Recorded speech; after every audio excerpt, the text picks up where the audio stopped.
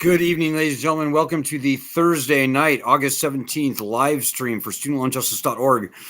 Welcome. If you're new to the group, please spread the word about this group. We are the only true grassroots group, which means just normal people, typically distressed student loan borrowers, fighting for student loan justice. Tell everyone you know. That's the way this group is going to grow. We've got over 1.4 million members now, at least on paper.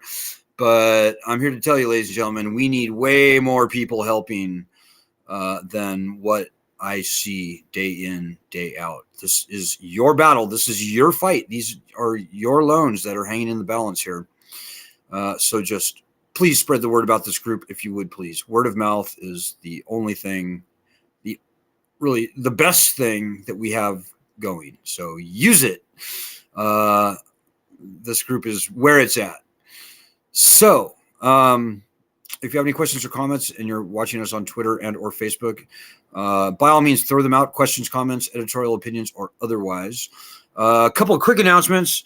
Number one, we need donations this week. We just do, guys. We're fiercely independent, nonpartisan, grassroots group, and we can't survive without very nominal donations from normal people like you. So if you see the link right there, just go there, studentloanjustice.org/donate, and please help so I can shut up about it, because I suck at fundraising.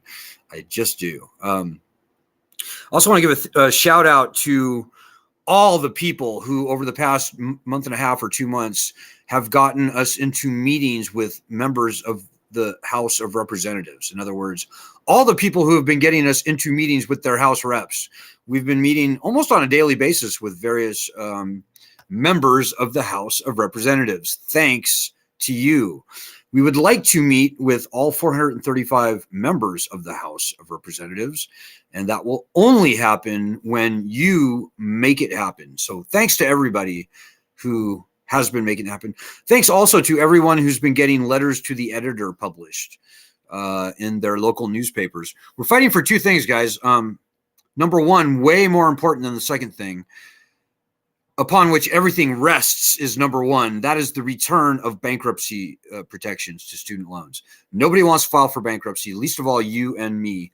But we, the people, have got to get the leverage of bankruptcy as it exists for all other loans, all other borrowers, back on our side if we're going to see Joe Biden or the next president do anything meaningful, including the second thing that we're fighting for, which is the cancellation of all federally owned student loans by executive order. That concept, believe it or not, started on this group right here. Way before anybody was talking about loan cancellation by executive order, we did the very first interview with Vice News talking about the question of whether the president could indeed cancel student loans by executive order. Hint, he can. He does have that power, the Secretary of Education. And it was our petition that launched the concept into the public conversation, which now stands at 1.2 million signatures. I'm very proud to report to you. So yeah, throw out your questions, comments. If I can see them on Twitter or Facebook, I will respond to them. I hope you all are stoked with all that we've gotten done over the past, 18 years that we've been doing this, but just over the past 2.5, 3 years, we have moved mountains, and we came so close to getting bankruptcy returned. Probably the most important policy point I have for you tonight, guys, is that we will not see anything good, but we will see everything good. Like whatever you want to see happen with your student loans, it will not happen unless and until, and it probably will happen when we get the leverage of bankruptcy returned. Bankruptcy is just that important, ladies and gentlemen. It just is. So while nobody wants to file, and very few people, maybe even no one, will actually have to file when we get the right return, nobody wants to. It is upon getting the leverage of bankruptcy that everything else rests. And I'm very happy to report that many, many, many politicos across the political spectrum, both Democrats and Republicans, are now calling, for the return of bankruptcy to student loans. Most notably, people like Ron DeSantis and Josh Hawley and John Cornyn, 3 Republicans in Congress, and other Republicans as well. We're a fiercely nonpartisan group. Whatever your political stripes may be, you're very welcome in this group. We hate both parties in different ways, but the rhetoric is vastly different from the Democrats and the Republicans. But both parties are essentially out to get us, ladies and gentlemen. We've learned that the hard way over many, many years. It's kind of a uniparty thing. So anyways, tonight I want to take you through 5 fast facts about student loans that very few people know. And if you've never seen one of our live streams or you don't know much about this group, I can virtually guarantee you that you do not know any of these facts. These are all, by the way, these are all well-researched facts that I think we have uncovered. I think all of them. Let's go through them. I get foggy. I can't remember. But I guarantee you that most of these facts came from our research. And our research you can trust. We've been featured on 60 Minutes. We've broken news in the Wall Street Journal. We wrote the very first published book with Beacon Press, the very first book ever to be critical of the student loan problem in this country. I call it the student loan scam, and it is a scam. But you can trust our research, guys. All the claims that I'm about to make to you are very easily vetted using nearly almost nothing more than federal data, typically from the Department of Education. So this is stuff that anybody can very easily vet and verify. So I'm going to share my screen with you here real quick. And I'm also going to dial in your comments and questions if you should have any, so I can see them on either Facebook or Twitter. So give me just one moment here as my screen loads. Okay. So the first fact I would like to share with you. Oh, let's go back to screen sharing. There we go. First fact I want to share with you. Drum roll, please.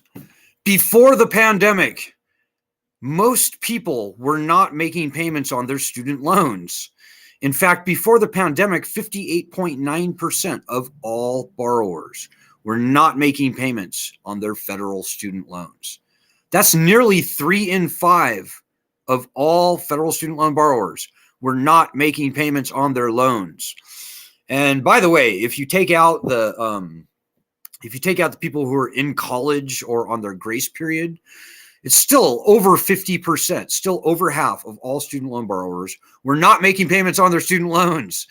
And maybe as an aside, I should say that we took an internal poll and we found that 77% of our members will not be resuming paying on their student loans come October 1st. I think nationally, it's probably going to be pretty close to that. It's going to be somewhere between 70 and 80% of all borrowers will not resume making payments on their student loans. That's true. So that's fact number 1. Fact number 2, older people outnumber younger people with student loans. It's true. They do.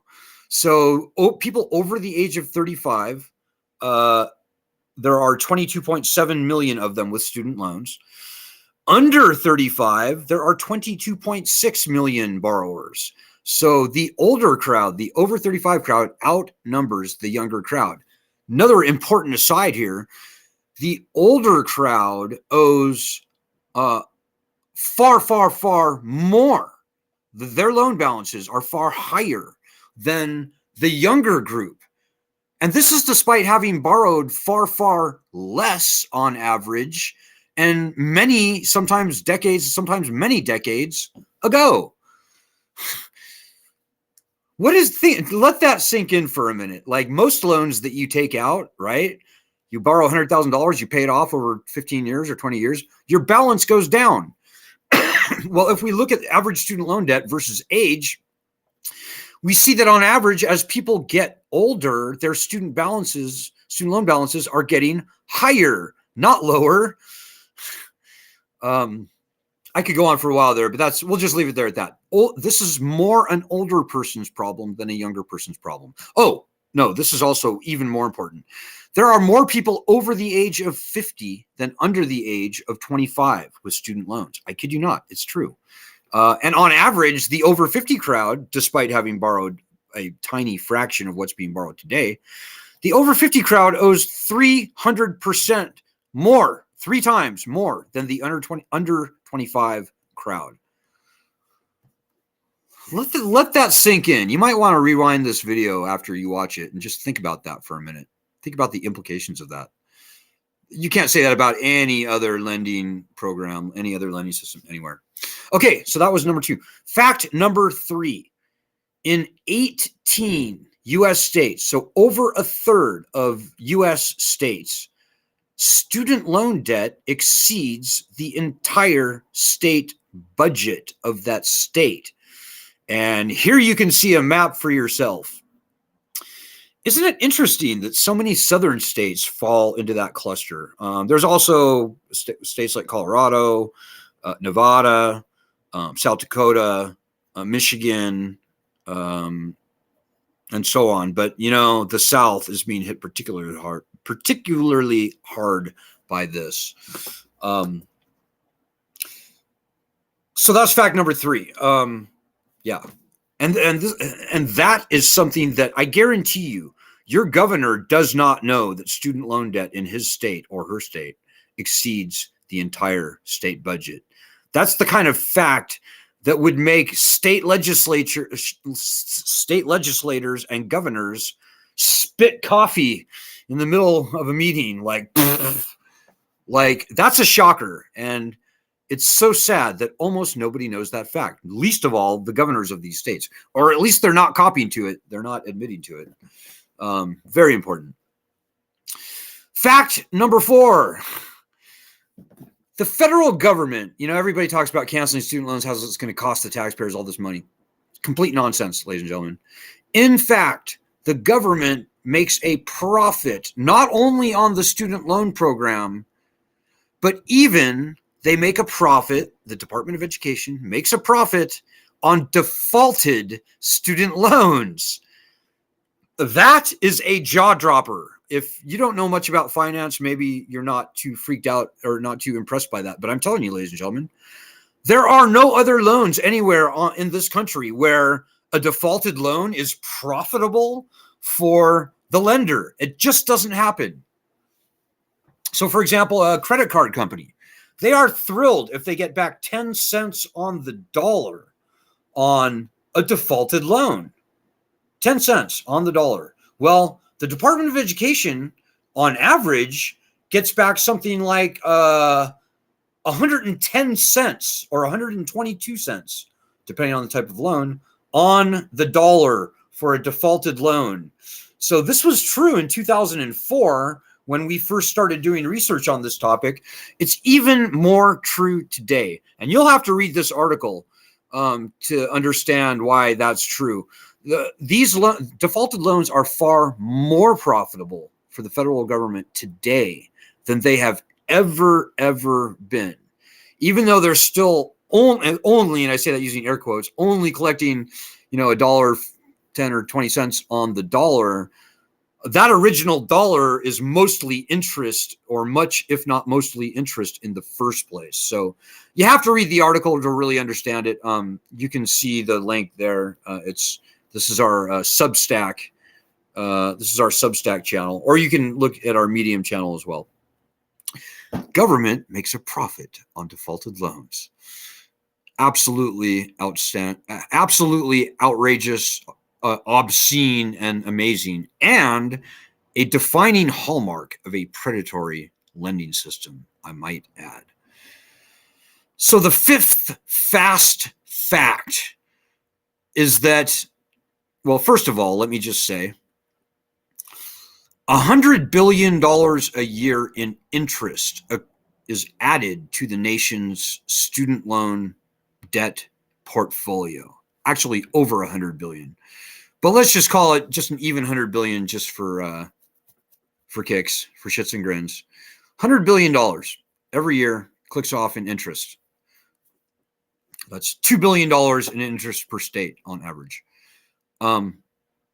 It's much higher in states like Texas, which is something like $8.5 billion in interest being sucked out of the state. California, where well over 10, probably $12 billion in interest is sucked out of the state. Florida, about $8 billion sucked out of the state of Florida every year in interest. But here's the fast fact that almost nobody knows, and that is that when this lending program was first created, the federal student loan program, when it was first, for all intents and purposes, first created by law for all intents and purposes, in the Higher Education Act in 1965, the President of the United States, when he signed the Higher Education Act, which for all intents and purposes created the federal student loan program, the President said that the loans would be free of interest. And I challenge you, eager and skeptical viewers tonight, to Google this for yourself. Look for the signing statement that Lyndon Baines Johnson made in 1965 in the state of Texas, speaking of Texas, and you can read that quote for yourself verbatim. So, ladies and gentlemen, I really hope that these 5 fast facts that I put forth to you tonight will, once you ruminate on them and think about them for a minute, I hope that you will come to the same conclusion that any reasonable person would come to, and that is that the federal student loan program is finished. It is finished, ladies and gentlemen. It's failed. It's a dead man walking. It's not coming back. It shouldn't be brought back. It should not. And here's another article that we wrote exactly to that theme. The federal student loan program is a dead man walking, ladies and gentlemen. Very few people, maybe not even 20% of the borrowers, maybe not even 15%, maybe even no one. I don't know. Very few people will resume paying on these loans, guys. Lending systems fail from time to time. They just do. It's always been true throughout history, going back to ancient Greece.